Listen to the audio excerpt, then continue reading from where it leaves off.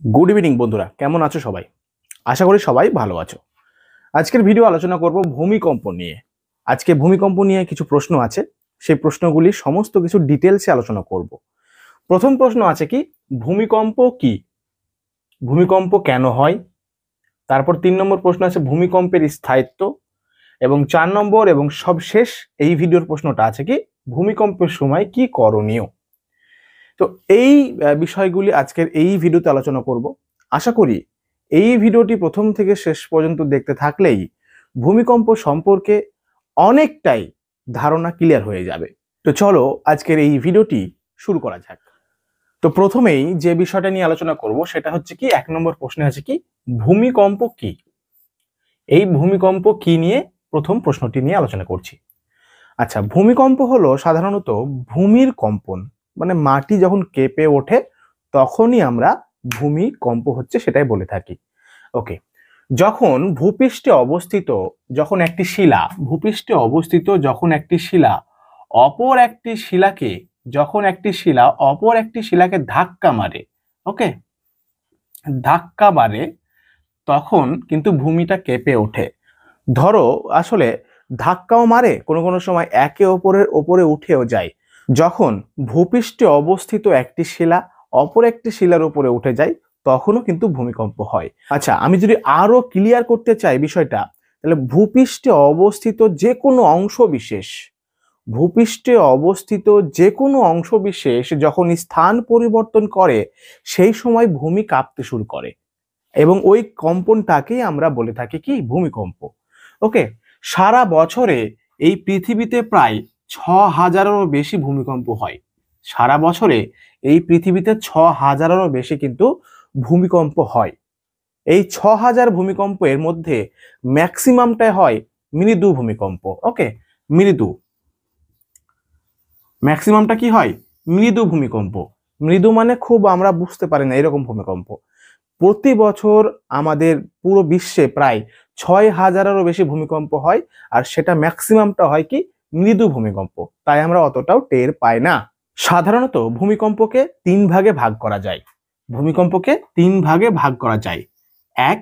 এক হচ্ছে প্রচণ্ড ভূমিকম্প,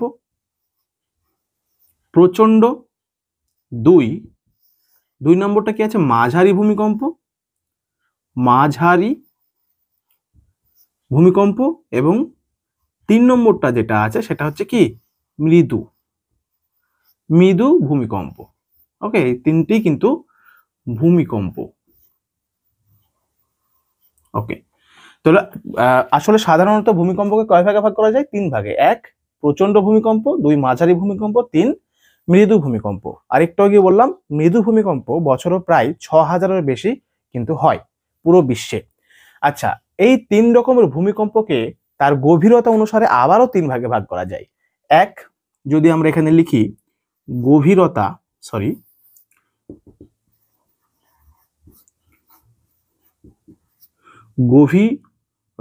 অনুসারে এই ভূমিকম্পকে আবার 3 ভাগে ভাগ করা যায়। ওকে, 1 নম্বর কি আছে? 1 নম্বর অগভীর ভূমিকম্প।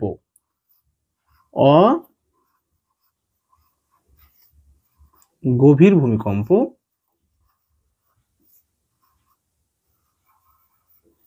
2 নম্বর মধ্যবর্তী ভূমিকম্প।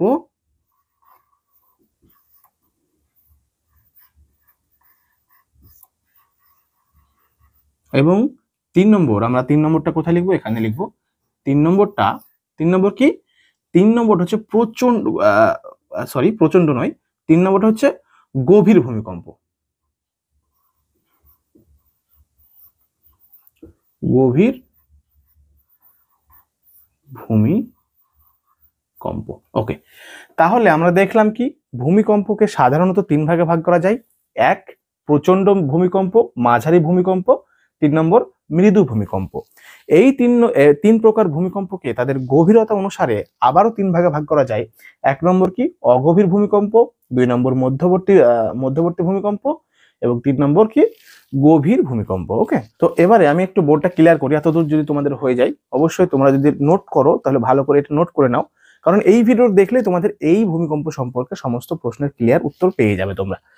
তো আমরা কি বলেছিলাম যে ভূমিকম্পকে এই যে গভীরতা অনুসারে 3 ভাগে ভাগ করা হয়, ঠিক আছে, গভীরতা অনুসারে। এবার দেখবো কি রকম গভীরতার ভূমিকা হতে পারে। ওকে, দেখো এই যে এখানে আছে 1 নম্বরটা কি, 1 নম্বরে আছে অগভীর ভূমিকম্প। যখন যখন ভূপৃষ্ঠ থেকে 70 কিলোমিটার পর্যন্ত 70 কিলোমিটার পর্যন্ত অবস্থান মানে ভূমিকম্প অবস্থান করে, তখন সেটাকে আমরা বলবো অগভীর ভূমিকম্প। অগভীর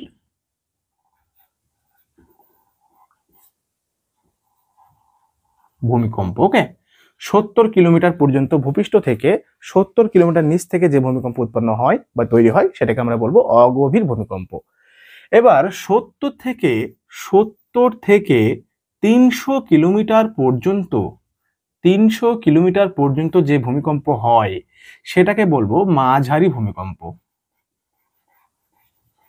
ওকে, মাঝারি ভূমিকম্প। এবং যদি 300 কিলোমিটারের ওপরে হয়, 300 কিলোমিটারের অধিক, 300 কিলোমিটার প্লাস, তখন আমরা বলবো কি গভীর ভূমিকম্প। গভীর ভূমিকম্প।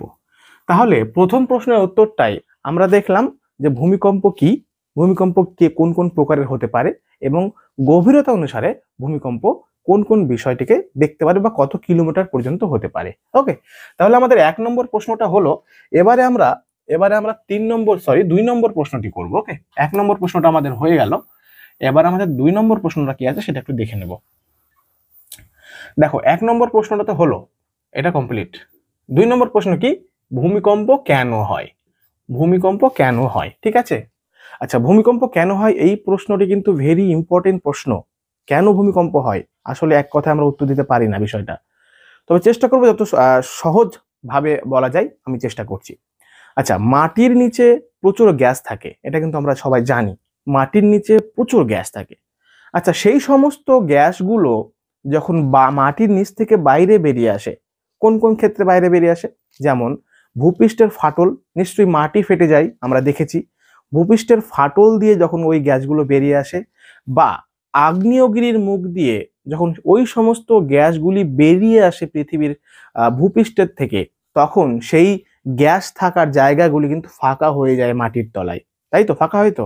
যে স্থানে গ্যাসটি ছিল সেই স্থান থেকে যদি গ্যাসটি বেরিয়ে আসে তাহলে তো নিশ্চয়ই সেই জায়গাটা ফাঁকা হয়ে যাবে। আর যখনই সেই গ্যাসের স্থানটা ফাঁকা হয়ে যাবে, তখনই পৃথিবীর উপরিতলে কিন্তু চাপ সৃষ্টি হবে। আর যখন পৃথিবীর উপরিতলে চাপের সৃষ্টি হবে, তখন কি হবে, পৃথিবী তার সামঞ্জস্য বজায় রাখার জন্য সেই যে গর্তগুলি হয়েছে, সেই গ্যাসের যে স্থানগুলো সেগুলো পূরণ করার চেষ্টা করবে। তখনই পৃথিবীর উপরিতলে ব্যাপক চাপের সৃষ্টি হবে। ওই চাপের সৃষ্টি যখনই হবে, তখনই ভূমি কাঁপতে শুরু করবে। এইভাবে কিন্তু ভূমিকম্প হয়। ভূমিকম্প আমরা দেখেছি 3 ধরনের, গভীরতা অনুসারে 3 ধরনের। এবারে ভূমিকম্প কিন্তু 3 ভাবে হতে পারে। ভূমিকম্প 3 ভাবে হয়। এক হচ্ছে ভূপৃষ্ঠজনিত কারণে। ওকে, ভূপৃষ্ঠ কারণে মানে ভূপৃষ্ঠ মাটির নিচে যে সমস্ত বিষয়গুলো আছে সেগুলির কারণে এক। তারপর 2 নম্বর শিলাচ্যুতির কারণে, শিলাচ্যুতির কারণে। ওকে, এবং 3 নম্বরটা হয় আগ্নেয়গিরির কারণে। ওকে, আগ্নেয়গিরির কারণে। এই 3 রকমের ভূমিকম্প 3 ভাবে উৎপন্ন হয়। ওকে, তাহলে 2 নম্বর প্রশ্নটা খুব সহজভাবে বললাম, ভূমিকম্প কেন হয়। ওকে, 2 নম্বর প্রশ্ন কিন্তু কমপ্লিট। আমাদের 3 নম্বর যে প্রশ্নটি আছে সেটি হচ্ছে ভূমিকম্পের স্থায়িত্ব। খুবই ইম্পর্টেন্ট প্রশ্ন, ভূমিকম্পের স্থায়িত্ব। স্থায়িত্ব বলতে ভূমিকম্প কতটুকু হয়, মানে ম্যাক্সিমাম টাইপ ভূমিকম্প কয় ঘন্টা হয়, কয় সেকেন্ড হয় বা কয় মিনিট হয়, এই বিষয়টা হচ্ছে স্থায়িত্ব। ওকে, তো আসলে ভূমিকম্প কিন্তু খুব বেশি হয় না, ভূমিকম্প হয় কয়েক সেকেন্ডের জন্য। আর এই কয়েক সেকেন্ডই খুবই গুরুত্বপূর্ণ যদি ভূমিকম্পটা খুবই তীব্র গতিতে হয়। তখন কিন্তু সমস্ত কিছু ধূলিসাৎ হয়ে যেতে পারে। কয়েক সেকেন্ডের জন্য এই ভূমিকম্প হয়। আচ্ছা, যদি কোনো ভূমিকম্পের মাত্রা 1 ডিগ্রি বৃদ্ধি পায়, যদি কোনো ভূমিকম্পের মাত্রা 1 ডিগ্রি বৃদ্ধি পায়, তাহলে ক্ষয় ক্ষতির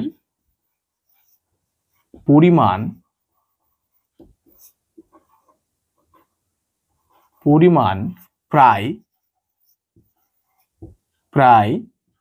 10 থেকে 32 গুণ বেড়ে যায়। এটা কিন্তু মাথায় রাখবে। 1 ডিগ্রি বৃদ্ধি পেলে 10 থেকে 32 গুণ ক্ষয়ক্ষতির পরিমাণ কিন্তু বেড়ে যায়। খুব ইম্পর্টেন্ট একটা বিষয় এই জায়গাটায়। আচ্ছা, ভূমিকম্প আমরা যখন ভূমিকম্প হয়, ভূমিকম্প তো মাপতে হয় না, ভূমিকম্প মাপা হয় রিক্টার স্কেলের সাহায্যে। এই রিক্টার স্কেলের মাত্রা বা একক 1 থেকে 10 পর্যন্ত হয়। এই রিক্টার স্কেলের একক 1 থেকে 10 পর্যন্ত হয়। ওকে, রিক্টার স্কেলের মাত্রা হয় 1 থেকে 10 পর্যন্ত।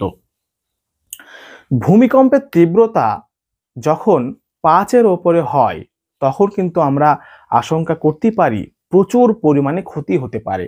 যদি সেই ভূমিকম্পটা কয়েক সেকেন্ড বেশি চলে, সেক্ষেত্রে কিন্তু প্রচুর ক্ষতি হয়ে যায়। রিক্টার স্কেলে কত ভূমিকম্প তীব্রতা হলে সেই ভূমিকম্পটা ভয়াবহ হতে পারে, সেই বিষয়টা একটু দেখে নাও। আচ্ছা, রিক্টার স্কেলে যখন ভূমিকম্প তীব্রতা 5 থেকে 5.99 হবে, তখন আমরা সেই ভূমিকম্পকে বলবো মাঝারি ভূমিকম্প। যখন রিক্টার স্কেলে 6 থেকে 6.99 পর্যন্ত যাবে ভূমিকম্প তীব্রতা, তখন আমরা বলবো তীব্র ভূমিকম্প। ওকে,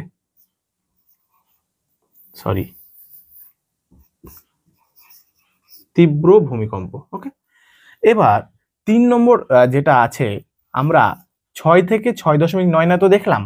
আচ্ছা, 7 থেকে 7.99 রিক্টার স্কেলে যদি ভূমিকম্প হয়, তখন আমরা বলবো কি ভয়াবহ ভূমিকম্প।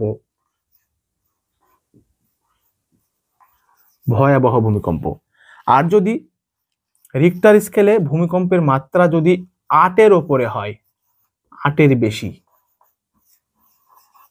তখন কিন্তু আমরা বলবো কি অতি ভয়াবহ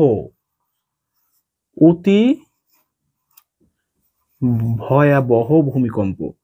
আর যদি এইটা কোনো সময় হয়ে থাকে, তাহলে কয়েক সেকেন্ড যদি এই 8 নম্বর মানে 8-এর বেশি রিক্টার স্কেলে যদি ভূমিকম্প হয়ে থাকে, তাহলে কয়েক সেকেন্ডে বড় বড় কোনো শহর ধূলিসাৎ হয়ে যেতে পারে। ওকে, তো 3 নম্বর প্রশ্নটার উত্তরটাও কিন্তু হয়ে গেল। এবার আমরা দেখব 4 নম্বর প্রশ্ন, ভূমিকম্পের সময় কি করণীয়। আসলে এই বিষয়টা বলে বোঝানো যায় না, তবুও চেষ্টা করবো যতটা বলা যায়। ধরুন এখন ভূমিকম্প হচ্ছে, আপনি যেখানে থাকেন সেটা প্রায় 10 তলা।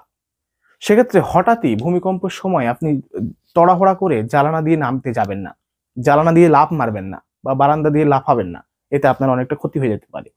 আপনার করণীয় তখন কোনো শক্ত টেবিল বা খাটের তলায় আপনি নিজেকে সংরক্ষিত করবেন। সেই সময় লিফটের মাধ্যমে নিচে নামার চেষ্টা করবেন না। যতটা সম্ভব নিজেকে একটা ছোট্ট জায়গার মধ্যে বন্ধ করে রেখে দেবেন। ওকে, ধরুন ভূমিকম্পের সময় আপনি গাড়ি চালাচ্ছেন, তো সেই সময় আপনি কি করবেন, গাড়িটি একটা ফাঁকা জায়গাতে নিয়ে যাবেন এবং গাড়ির মধ্যেই থাকবেন, গাড়িতে থেকে বেরোবেন না। ওকে, আচ্ছা, ধরুন আপনি ভূমিকম্প হচ্ছে এবং আপনি কোনো ক্রাউড এরিয়াতে শহরের মধ্যে হাঁটাচলা করছেন, সেক্ষেত্রে বড় বড় বিল্ডিং ভেঙে পড়ার কিন্তু আশঙ্কা আছে। সেক্ষেত্রে আপনারা কি করবেন, আপনারা কোনো ফাঁকা জায়গাতে গিয়ে নিজেকে যতটা সম্ভব জড়িয়ে ওখানে রাখতে। আর আরেকটা বিষয় যেটা খুবই ইম্পর্টেন্ট, ধরুন ভূমিকম্প হচ্ছে, ওকে, ধরুন যে ভূমিকম্প হচ্ছে এবং কোনো 2-10 সেকেন্ড হওয়ার পরে বন্ধ হয়ে গেল। এবার আপনারা বেশ নিজের মতো আবার জীবনযাপন করতে শুরু করলেন। কিন্তু এখানে একটা মিস্টেক হয়, যখন একটা বড় ভূমিকম্প হয়, সেই বড় ভূমিকম্পর পরে 1 ঘন্টা পরে কিন্তু আবারও ভূমিকম্প হয়। সেটা অনেকবার বোঝা যায়, অনেকবার বোঝা যায় না, কিন্তু ম্যাক্সিমাম ক্ষেত্রে বোঝা যায়। তাই অন্তত ভূমিকম্প শেষ হওয়ার পর অন্তত 1 ঘন্টা থেকে 2 ঘন্টা সময় দেবেন, যাতে পরবর্তী জীবনযাপন করা যায়। কারণ ভূমিকম্প শেষ হওয়ার পরে আবারও কিন্তু আরেকটি ভূমিকম্প হওয়ার সম্ভাবনা সব থেকে বেশি থাকে, সেটাকে বলে আফটার শক। ভূমিকম্পের পরে আবার যদি হয় সেটাকে বলে কি আফটার শক ভূমিকম্প। তাহলে ভূমিকম্পের বিষয়ে এই 4টি প্রশ্ন আজকে খুবই গুরুত্বপূর্ণ ছিল, এবং বিভিন্নভাবে অনেকে আমাকে আমার ইনস্টাগ্রাম হোক, ফেসবুক হোক, অনেক জায়গাতে এই বিষয়টি নিয়ে আলোচনা করতে বলেছিল, এবং এই প্রশ্নগুলিও করেছিল, কেন হয়, কিভাবে হয়, কি করণীয়। হ্যাঁ, তো আশা করি আজকের এই ভিডিওটি আপনাদের ভালো লেগেছে। যদি ভালো লাগে অবশ্যই লাইক, শেয়ার, কমেন্ট করবেন, বন্ধুদের শেয়ার করবেন, এবং চ্যানেলটি নতুন হলে সাবস্ক্রাইব করে নোটিফিকেশন অন করে দেবেন। ধন্যবাদ, ভালো থাকবেন, ভালো রাখবেন, ধন্যবাদ।